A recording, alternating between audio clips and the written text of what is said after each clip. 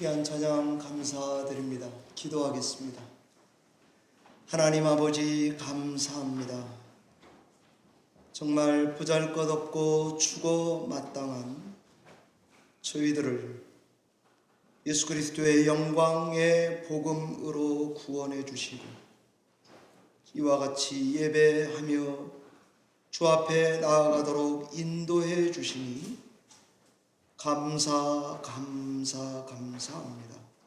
하나님 이 시간에도 생명의 말씀, 영생의 말씀을 사모함으로 들을 때에 우리 가운데 신령한 지혜와 능력으로 채워주시고 성도들을 강건토록 은혜로 붙들어 주시옵소서.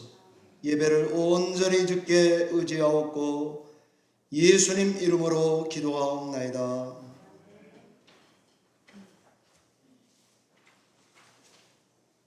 우리 교회 아이들이 학교로 그리고 기숙사로 돌아가게 되었습니다. 여러분들께서 시간을 내셔서 애들을 위해서 기도해 주시기 바라고, 또 우리 교회 장례를 위해서도 함께 늘 기도해 주시기 바랍니다. 헤아려 보는 지구의 미래, 이런 말씀을 제가 준비했습니다. 아마 오늘은 지구의 미래에 대해서 말씀을 전하게 되고, 다음 주에는 제가 꼭 다루고 싶었는데 우울증에 대해서 설교를 해보려고 합니다.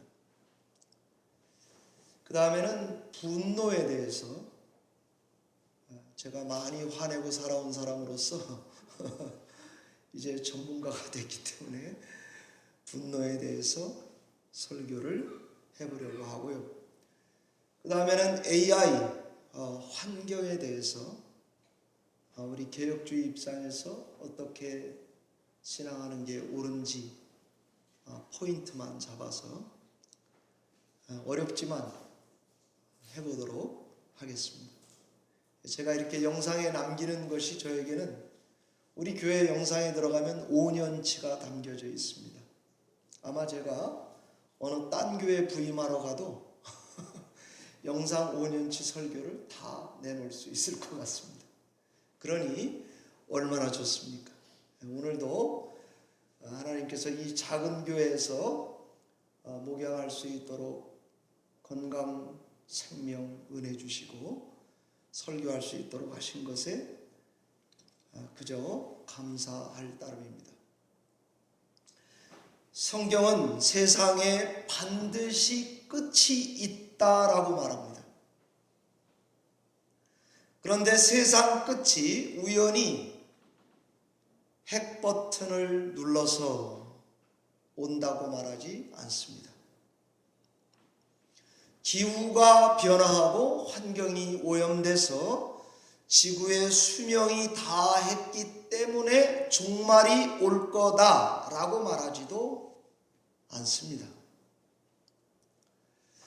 저희가 보았던 딥 임팩트, 아마겟돈 영화에서 나오는 것처럼 초대형 운석이 충돌해서 종말이 온다라고 말하지도 않습니다. 세상에 종말이 오는 이유는 딱 한 가지인데 하나님의 뜻하심 때문입니다. 이것만 성경적으로 꽉 붙들어도 지금 제가 여기까지 말한 거예요. 우리 삶에 한번 태어나서 사는 이 인생에 혼돈, 불확실성, 무질서 이런 것 없습니다. 그러니 성경이 말하는 바가 얼마나 위대합니까? 세상의 종말은 그럼 과연 어떤 모습으로 올까? 궁금하죠? 세상의 종말은 성경에 의하면 도둑이 담 넘어 오듯이 갑자기 온다는 것입니다. 갑자기 오는 종말의 모습이 어떨까? 그것이 본문에 오늘 성경의 10절에서 12절에 잘 나와 있습니다. 하늘이 큰 소리로 떠나갈 거랍니다.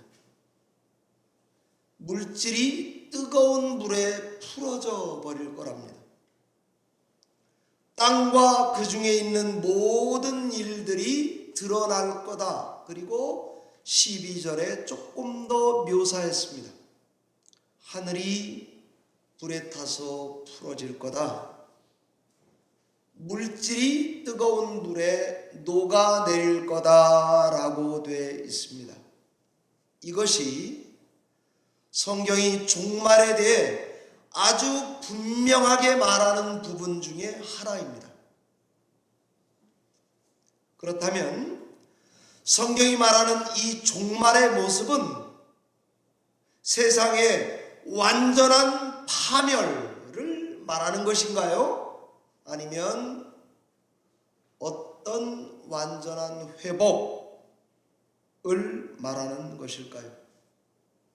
하나님이 주시는 심판으로 인해 지구가 완전히 멸망할 거다라고 성경 본문이 말하는 것입니까? 아니면 하나님의 심판 후에 회복, 리뉴얼, 갱신되는 것을 말하는 것일까요?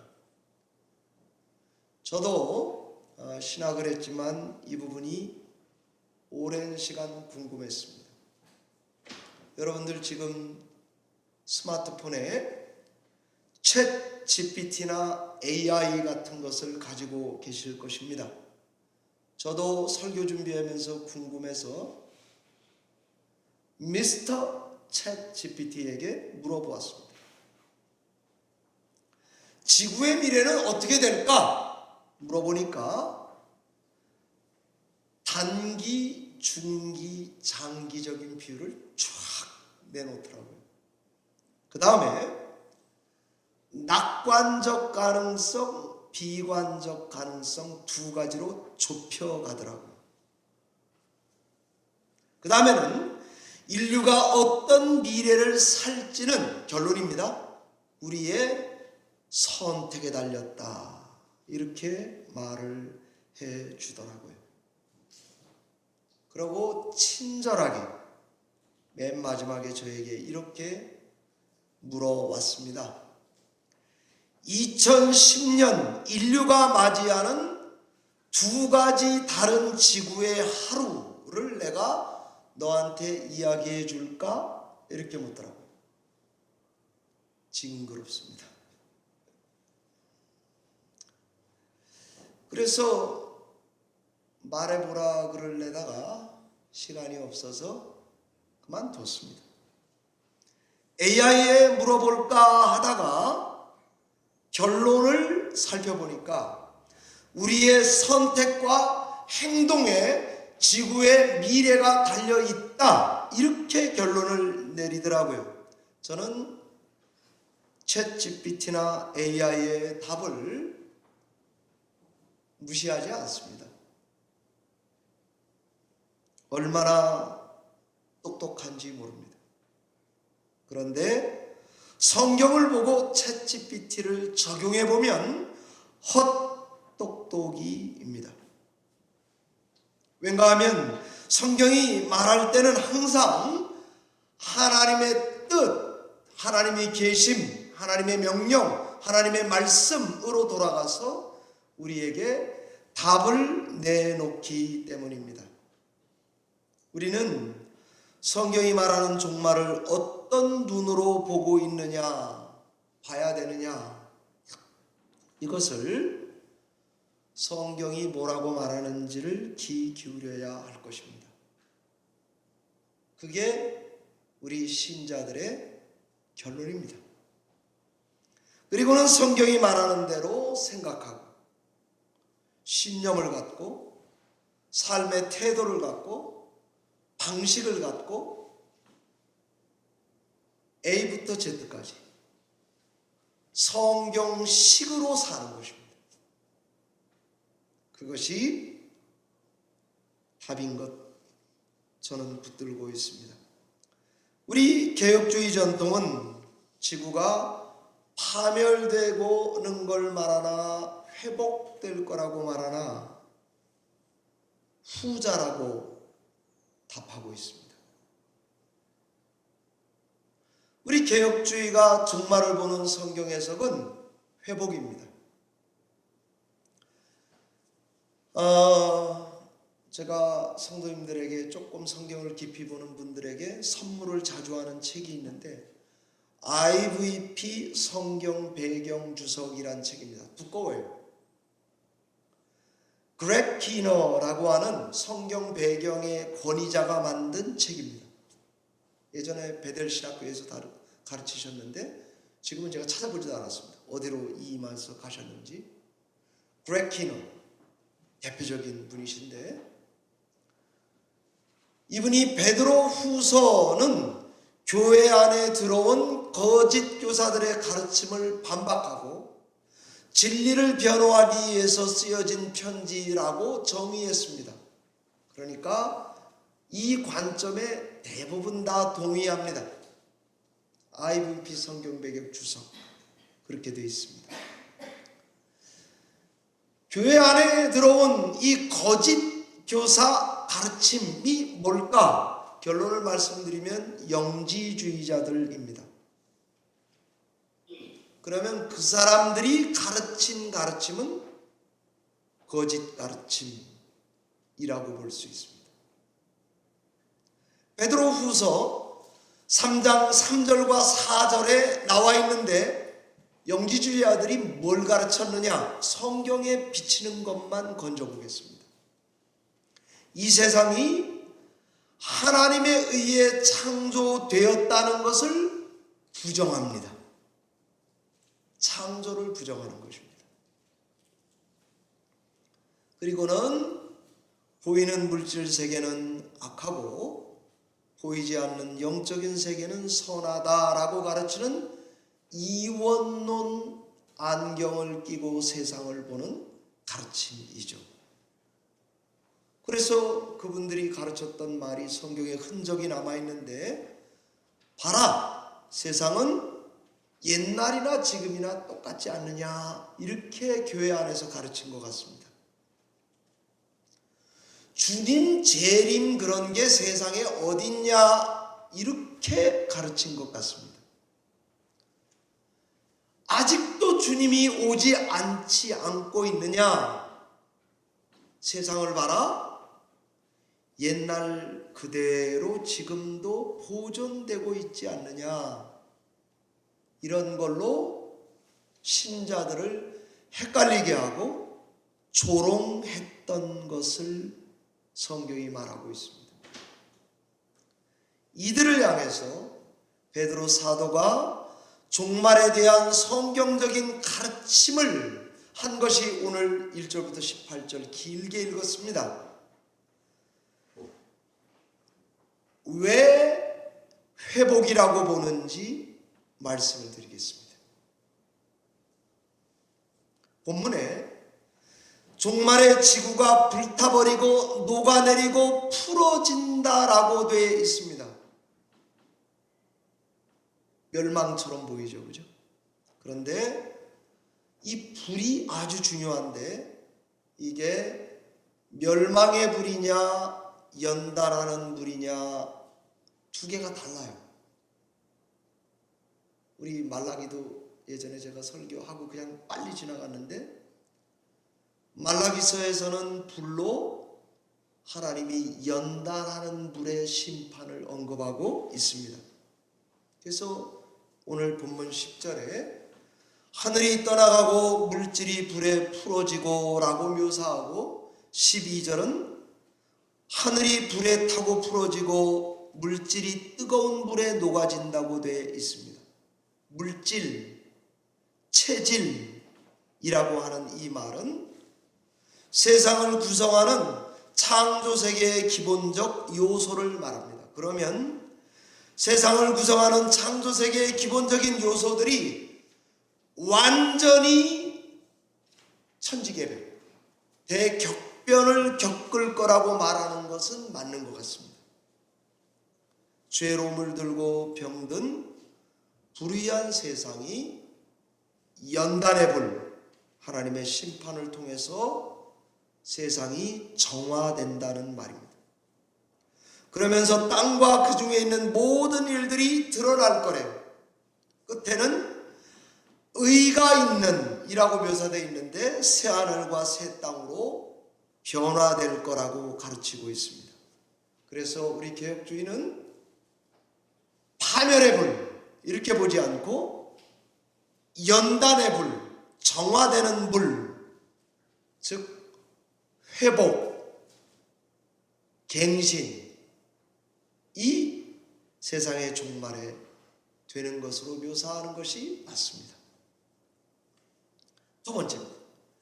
새 하늘과 새 땅, 그럴 때 요 새 하늘, 새로운 땅이라는 새라는 말이 조금 또 신뢰를 해야 되는데 원어로는 니아스가 아닙니다.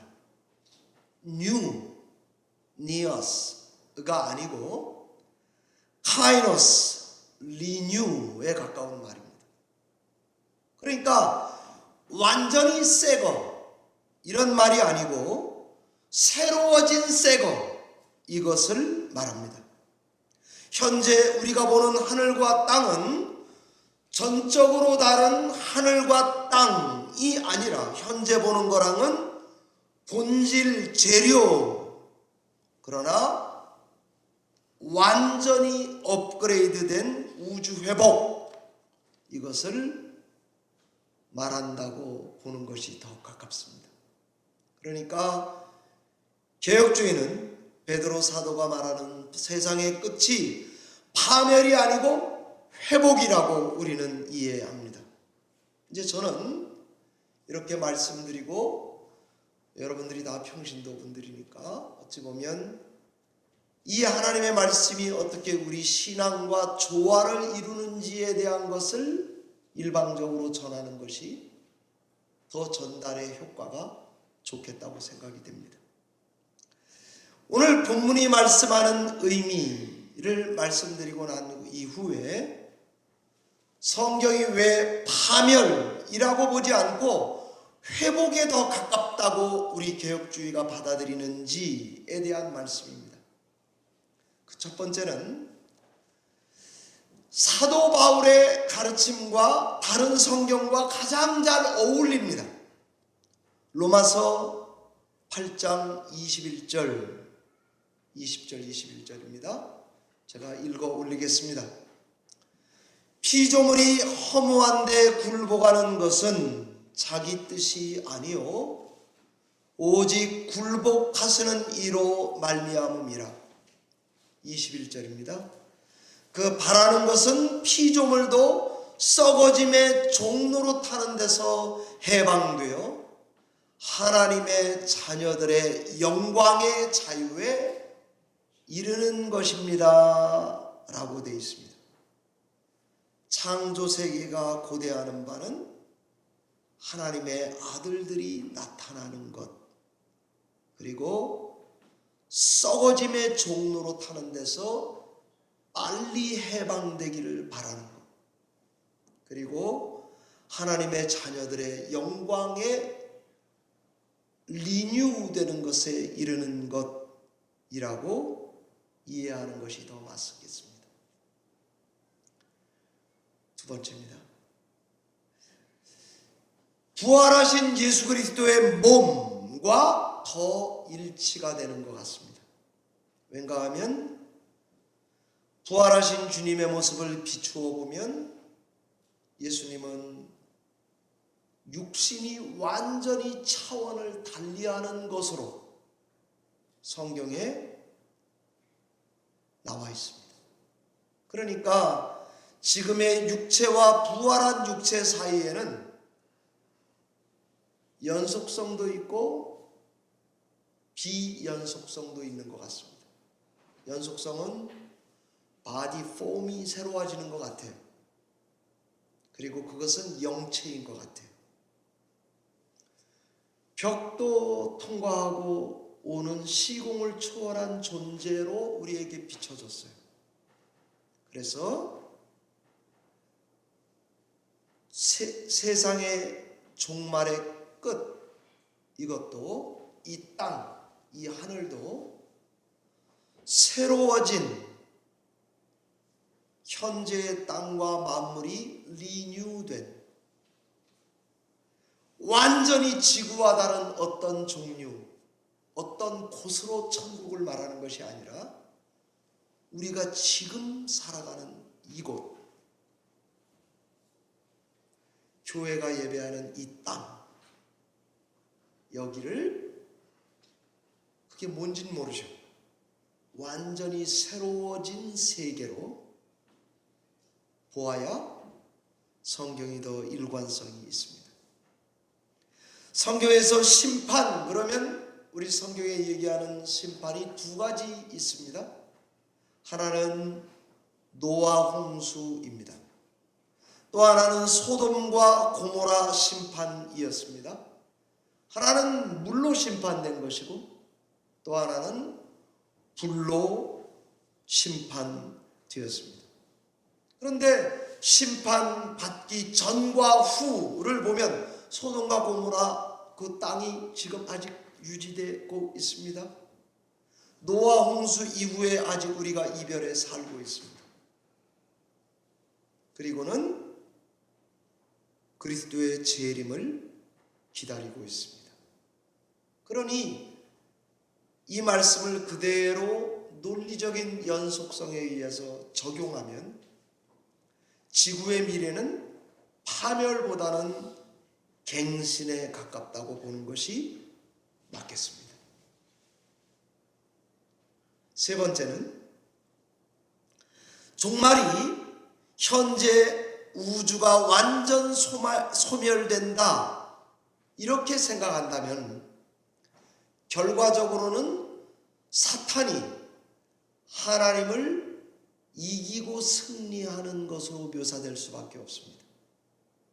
그런데 성경은 사단이 세상을 죄에 빠뜨렸고 세상이 망한다, 그 결과 소멸되게 돼 있다 이렇게 설명하기보다 사단이 망친 우주를, 세상을 예수께서 다시 오셔서 완전한 사망을 정복하고 이 땅을 완전히 새롭게 해서 사단의 악한 의도를 완벽하게 심판하시고 해결한다 이렇게 보는 것이 우리 신앙에 더 맞지 않습니까? 그래서 저희는 하나님이 만드신 선한 세계, 이 물질, 네이처, 세계에 대해서 긍정하는 것이 저는 신앙적으로 아주 좋은 신앙의 자세라고 봅니다. 긍정해야 됩니다. 그 다음에는 반역한 인간의 본성, 사단의 지배, 영향력 이것에 대해서는 강하게 부정해야 됩니다. 이 두 가지를 다 가지고 신앙해야 되죠. 제가 이렇게 설교하게 되는 것은 프랜시스 쉐이퍼 박사의 제자가 있어요. 그 사람이 빔 리트게르크라고 하는 네덜란드 목사님이세요. 프랜시스 쉐이퍼 박사를 따르는 제자들이, 기라성 같은 제자들이 지금 많습니다. 그런데 그 중에 한 사람이 그 표현한 말을 제가 설교문에 그대로 실어놨습니다. 우리가 바라는 구원은 세상으로부터의 구원이 아니고 세상의 구원이다. 이렇게 빔 리트게르크가 말을 하더라고요. 저도 그렇게 하는 것이 맞다고 봅니다. 계시록 21장 5절 이렇게 세상 끝을 말하고 있습니다. 내가 만물을 새롭게 하노라. 현재 진행형입니다. 그 시제도. 그러니 예수님이 지금도 당신의 구원의 능력을 의지해서 만물을, 우주를 새롭게 하고 있는 중이다. 이것이 저는 성경적이라고 봅니다. 그분이 다시 오실 것입니다.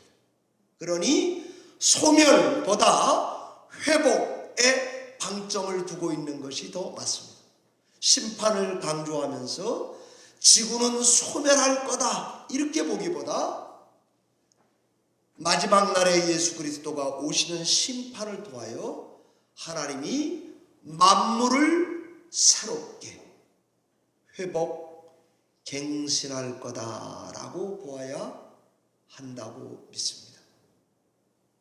그래서 제가 오늘처럼 설교하는 거죠. 지구가 아닌 다른 장소에 새하늘과 새 땅이 임한다고 믿을 수도 있겠지만 그거보다는 성경은 회복과 갱신의 방점이 더 찍혀 있죠. 자, 이제 제가 이렇게 설교 말씀 참 어려운 말씀을 여러분에게 드리는데 저는 왜 이런 설교가 합당하다라고 여기는가 하면 우리가 21세기를 살아가고 있습니다. 지금 어디 가나 다 리사이클링 하는 게 그죠? 전부 다 그거 하고 있습니다. 스티로폼 컵에서 종이컵으로도 바꾸려고 노력하고 있습니다. 지금 벌써 우리 뉴저지 뉴욕주만 해도 바이닐 백 쓰지 않고 여러분 다 지금 그 가방을 쓰고 있다고요. 왜 그럴까요? 환경을 생각해서입니다. 하나님이 만들어주신 이 환경 물질을 만약에 파멸로 이해한다면 사실 막 쓰고 죽으면 끝입니다. 그런데 갱신과 회복으로 우리 기독교 신앙이 지구 미래를 이해한다면 하나님이 맡겨주신 환경에 대한 청지기로서의 사명을 갖게 되어 있습니다. 더 유익하고 더 옳은 것을 실천하며 하나님의 부르심을 따라가는 것이 더 맞죠. 창세기 1장 28절 개역주의에서는 문화명령이라고 합니다. 여러분 다 아시는 말씀입니다. 생육하고 번성하라, 충만하라, 정복하라, 다스리라는 창세기 1장 28절의 명령, 문화명령이라고 합니다. 이것이 종말을 살아갈 때 환경 문제를 어떻게 대처하고 살아갈지가 더 어울리는 책임감이 있잖아요. 그랜드 캐년 같은 거 잘 보호하고 관리하고 후손에게 남겨주어야 되죠. 막 살지 말아야 되죠. 몸도 막 휘둘리면 안 되죠.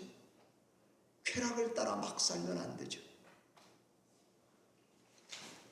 왠가 하면 하나님께서 지금도 이 자연 만물을 새롭게 해가고 계시는 중이고 그분이 오실 거라면 새롭게 될 하나님의 창조 피조 세계라고 하면 우리는 소명자로 위임받은 자로 청지기로 우리의 삶을 맺어야 그것이 더 성경적이지 않겠습니까? 사랑하는 성도 여러분, 성경이 지금 저처럼 신학이 말할 수 있는 것들을 제가 지금 전해보았습니다. 그리고는 성경이 주로 말하는 게 어디에 있나 하고 보니까요, 우리의 현재 삶에 관심이 있더라고요. 그래서 11절 하반절에 거룩한 행실과 경건함으로 12절 상반절에 하나님의 날이 임하기를 바라보고 간절히 사모하라. 14절에 주 앞에서 점도 흠도 없이 평강 가운데 나타나기를 힘쓰라고 명령하고 있습니다. 종말에 대한 이야기를 잘 전했는데도 불구하고 거룩한 행실, 경건함을 유지하라. 그리스도의 오심을 임하기를 사모하라. 점도 흠도 없이 평강 가운데 나타나기를 힘쓰라. 이런 명령을 우리에게 계속하고 있습니다. 15절에 주의 오래 참으심이 구원이 될 줄로 여기라.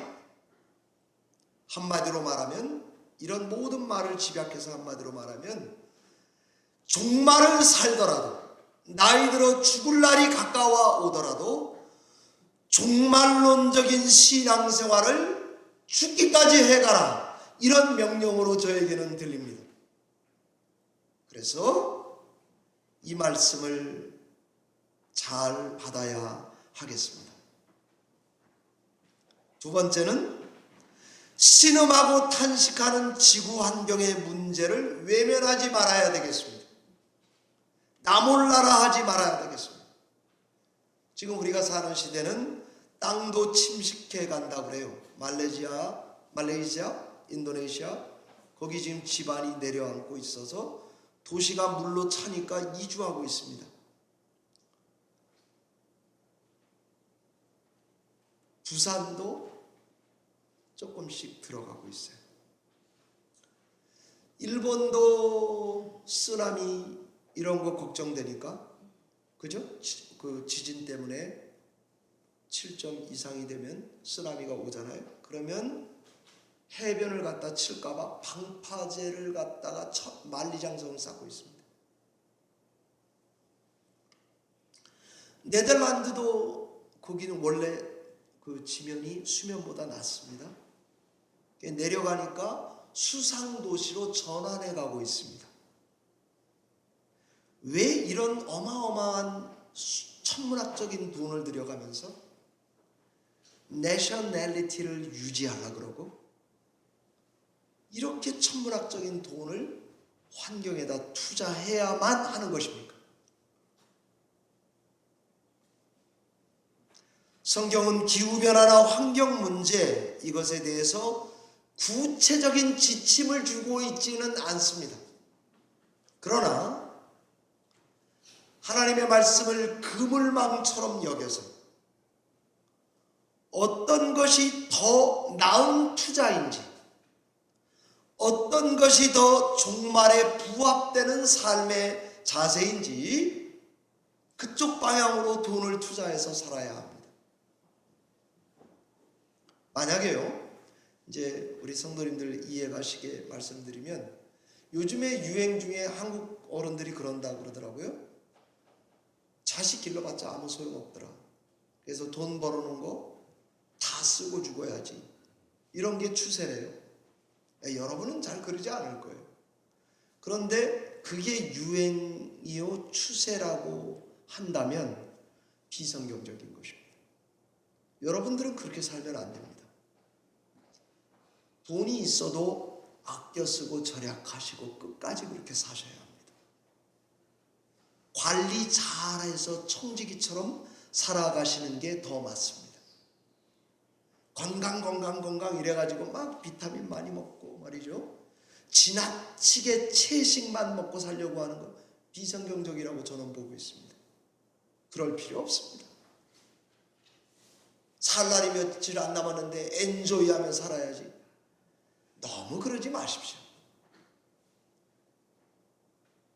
세상은 넓고 갈 곳 볼 곳은 많다. 여행만 다니지 마세요. 제가 이래 보니까요, 요즘에 제가 생각이 드는 게요, 세상 많이 다녀도 뭔 소용이 있습니까? 저는 그거보다는 저희 집 뒤 안에서 비 오는 날 의자 놓고 성경 읽고 찬송 읽는 게 더 좋더라고요. 여러분 그렇지 않습니까? 예수 믿는 사람들은 너무 지나치게 어느 한쪽으로 치우치면 안 됩니다. 제가 오늘 하는 설교는 별거 아닌 것 같아도 우리 삶의 큰 틀을 어떤 방향에서 맞춰서 라이프를 디자인해야 되는지에 대한 아주 중요한 그물입니다. 이것을 모르면 유행 따라 사는 것도 제멋이지만 맨날 유행 따라가게 돼 있습니다. 반딧불 초가집도 님과 함께면 나는 좋아 나는 좋아 그렇게 살아가게 돼 있습니다. 예수 잘 믿는 것 같은데 탐욕적입니다. 정신 못 차립니다. 그래서 오늘 같은 말씀이 우리의 정욕과 싸우면서 하나님의 명령의 등불을 들고 살아가기 위해서는 이런 말씀을 들어야 합니다. 전에 제가 이 설교를 준비하고 제가 설교 16년째 한 거를 다 가지고 있습니다. 딱 쳐봤더니 5년 전에 이 비슷한 설교를 했더라고요. 그래서 거기에 인용했던 것들이 예를 들었던 게 있더라고요. 삭스핀 상어 지느러미 그런 거 너무 먹으려고 그러는 것도 비성경적입니다. 왠가 하면 중국 대만에서 삭스핀 먹는 게 95%가 그쪽에서 소비하고 있대요. 한번 삭스핀 먹어보면 원이 없겠다. 그런 소리는 예수 믿는 사람들은 할 필요 없습니다. 강아지를 컵에 들어가는 강아지를 요새 만든대요. 왠가 하면 작은 것을 계속 교미를 시키면 컵 안에 들어가는 조만한 강아지를 만들 수 있습니다. 예수 믿는 사람들은 그것을 강하게 반대해야 됩니다. 탐욕입니다. 루아 커피 그 비싸다는 거 꼭 드실 필요 없습니다. 혹시 누가 뭐 갖다 주면 이게 루아 커피래 한 300불 합니다. 1그릇이면 먹고 저기 웬디지에 가면은 어른들 적용하는 것까지 하면 1불도 안 들어가는 거 마실 수 있는데 무슨 300불짜리를 마십니까? 지나친 비싼 차, 명품. 전부 다 저는 이게 비성경적이라고 보고 있습니다. 아예 제가 클리어하게 말씀드릴게요. 저는 차라리 이 땅에 사는 동안에 제가 여러분의 이해를 도우려고 단적인 예를 드리는 것입니다. 제가 낚시를 하러 가니까요. 낚시는 이만한 것만 가져가세요. 그런 사이즈가 거기에 있더라고요. 그런데 제가 잡았는데 요만해요. 이거 가져가야 돼요, 말아야 돼요? 제가 옛날에는 뒤꿈치를 눌러서라도 늘려서라도 가져가려고 그랬어요. 그렇게 악하더라고요, 제가. 근데 지금은 이만한 것만 가져가세요. 그래서 요 꼬리가 요만큼 짧아도 다 바다에 던집니다. 전 그런 법은 많이 제정해야 된다고 생각합니다. 왜죠? 환경에 맞기 때문입니다. 이제 옛날처럼 욕심내지 않습니다. 짐승을 죽일 때, 도축할 때 짐승이 고통스러운 방식으로 예전엔 죽였습니다. 지금은 덜 고통스러운 방식으로 죽이는 것이 법제화되어 있습니다. 거기에 동의합니다. 이런 좋은 법들을 기독교인들은 주장해야 되고 법을 제정해야 되고 환경을 위해서 파이팅, 싸워야 됩니다. 베드로 사도 말씀을 하고 마치겠습니다. 오늘 저희들에게 주신 본문은 네로 집권 AD 68년에 베드로가 십자가에 거꾸로 죽었다고 하는 전설을 그대로 차용하더라도 어쩌면 베드로 사도가 베드로 후서 쓰인 게 AD 66년에서 68년 보거든요.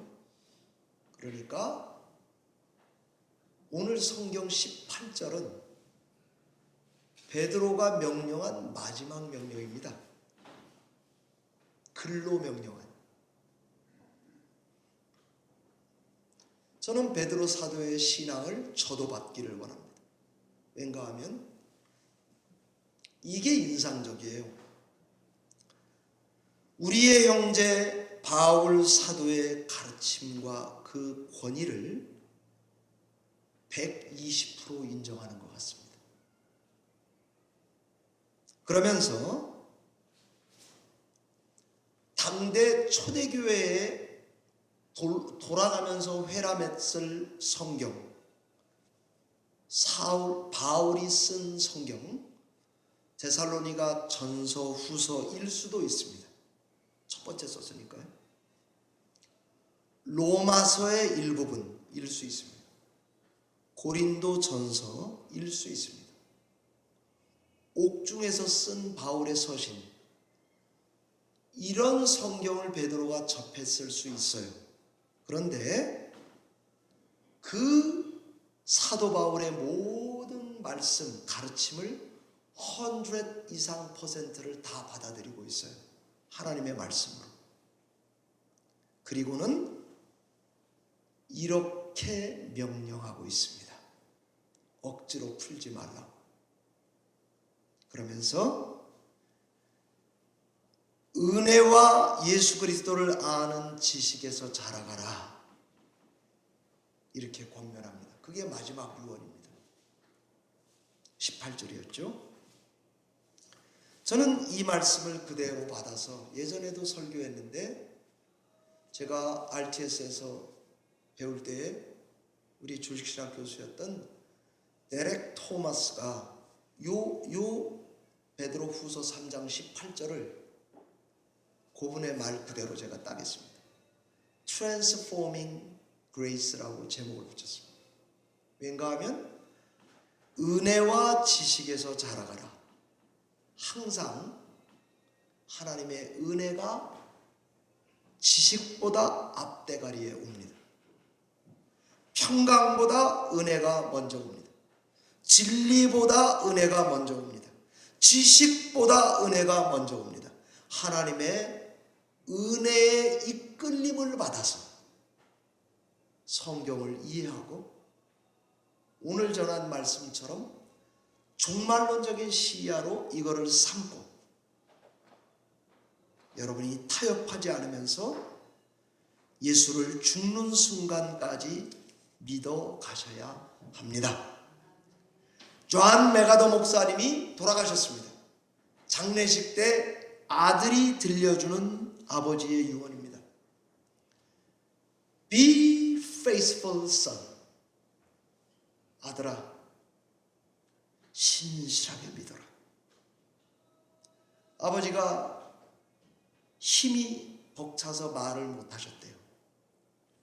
힘이 들어서. 그러는 중에도 띄엄띄엄 말씀하신 것은 사망아 너의 쏘는 것이 어디 있느냐. 너의 쏘는 것이 나를 쏘지 못하고 있구나. 하나님의 은혜가 나의 죄 많은 것을 이겼도다. 은혜는 하나님의 최고의 선물이다. 왠가 하면 하나님의 은혜는 일단 받으면 내 안의 모든 죄를 푸시아웃, 바깥으로 밀어내고 싸워서 항상 이기고 있기 때문입니다. 모든 것이 은혜구나. 난 정말 보잘것없는 자다. 난 정말 하나님의 은혜로 수많은 믿음의 손주들을 보았고 너희도 나와 같은 이 믿음의 경주를 끝까지 해주기를 바란다. 그게 그분이 떠듬떠듬했던 말이라고 아들이 장례식 때 얘기하더라고요. 저도 그냥 아들의 워딩이니까 그대로 옮긴 것입니다. 사랑하는 성도 여러분, 여러분과 저의 신앙생활에 은혜가 항상 앞에 이끌어 가시기를 바랍니다. transforming grace. 하나님의 은혜가 먼저 가시고 나는 이끌림을 받아야지. 하나님의 생명의 말씀이 밝혀주시고 그 말씀에 주파수를 맞춰야지. 이렇게 믿음 생활하면 여러분과 저의 영원 세계는 반석 위에 세워진 집이 될 줄로 믿습니다. 기도하겠습니다. 하나님 아버지 감사합니다. 들려주시는 말씀을 따라서 은혜와 그를 아는 지식에까지 계속 자라가기를 원합니다.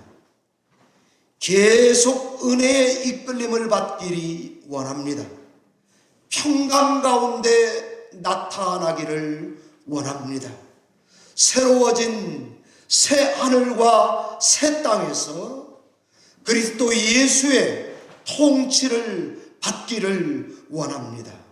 우리를 붙들어 주시고 이 말씀의 반석 위에 우리의 마지막 삶이 견고하게 서서 하나님께 영광을 돌리는, 하나님의 영광을 찬양하는 성도들이 다 되도록 축복해 주실 줄 믿습니다.